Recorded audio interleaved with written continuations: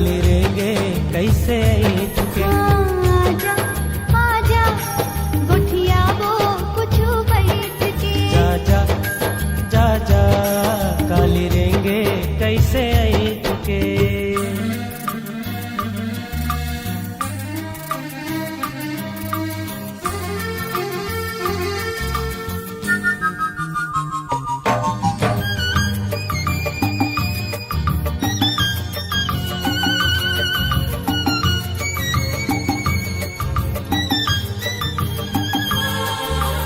रुकना जी एक बात जरूरी कहना है तोला।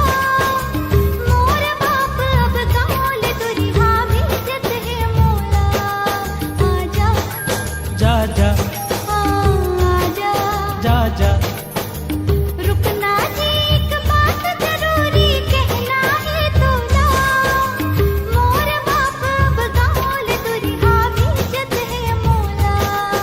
आजा आजा गोठिया वो कुछ बैठ के। जा जा जा जा काले रेंगे कैसे ईट के।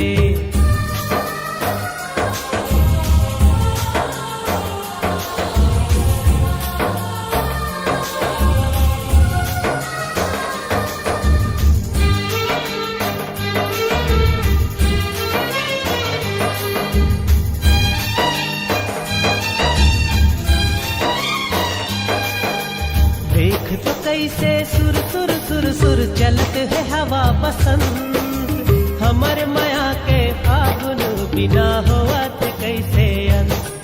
आजा जा जा आजा जा जा देख तो कैसे सुर सुर सुर सुर चलत है हवा बसंत। हमर माया के फागुन बिना होवत कैसे अंत। आजा आजा गोठिया वो कुछ बैठ के। जा जा जा जा काली देंगे कैसे ईट के।